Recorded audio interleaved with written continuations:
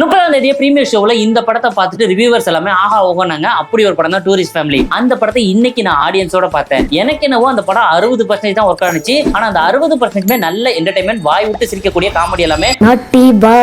Acting wise எல்லாரோட ஆக்டிங்கும் பாராட்டலாம். மியூசிக்கும் தேவையான அளவுக்கு இருந்துச்சு. சினிமோட்டோகிராஃபி படத்துக்கு தேவையான அளவுக்கு இருந்தாலும் இன்னும் கொஞ்சம் கூட பெட்டரா கொடுத்திருக்கலாம். ஆனா இந்த படத்துல உள்ள மிகப்பெரிய மைனஸ் என்ன தெரியுங்களா? ஸ்கிரீன் பிளே தான். கதைக்காக பாத்தீங்க அப்படின்னா ஸ்கிரீன் பிளே வளைக்காம தனக்காக வளைச்ச மாதிரி ஒரு ஃபீல் கொடுத்துச்சு. ஏன்னா ஓப்பனிங் சீன்ல இருந்து கிளைமேக்ஸ் வரைக்கும் அந்த குடும்பத்துக்கு ஏதாவது ஆயிருமேங்கிற ஒரு பதட்டம் நமக்கு இல்லாம போச்சு. ஏன்னா இந்த கதையே அந்த ஃபேமிலி சுத்தி தான். அந்த ஃபேமிலிக்கு ஏதாவது ஆபத்து வருமோங்கிற பயம் நமக்கு இருந்துச்சுனாவே அந்த படம் இன்னுமே நமக்கு நல்லா இருக்கும். அது மிஸ் ஆனதுனால என்னவோ தெரியல, ஓப்பனிங்ல வந்த சீனுமே சரி, கிளைமேக்ஸ்ல அவங்களுக்கு ஏதாவது ஆயிருமோ, ஏன்னா எங்கேயோ ஒருத்தன் கொலை செஞ்சாலும் இந்த குடும்பத்தை பாதிச்சிருமோங்கிற பதட்டம் நமக்கு வரணும். அது வராம போனதுனால இந்த படம் எனக்கு அந்த 40% ஒர்க் ஆகாம போயிருச்சு. மத்தபடி இந்த படத்தை ஓடிடில வந்தாலும் எல்லாரும் பாராட்டுற மாதிரி தான் பாராட்டுவீங்க. ஆனா முக்கியமா ஒண்ணு சொல்லிக்கணும், இந்த படத்தை தியேட்டர்ல போய் பாருங்க. அப்பதான் இந்த மாதிரி ஃபீல் குட் படத்தை அதிக பேர் இன்ட்ரெஸ்ட் காட்டி எடுக்க ஆரம்பிப்பாங்க.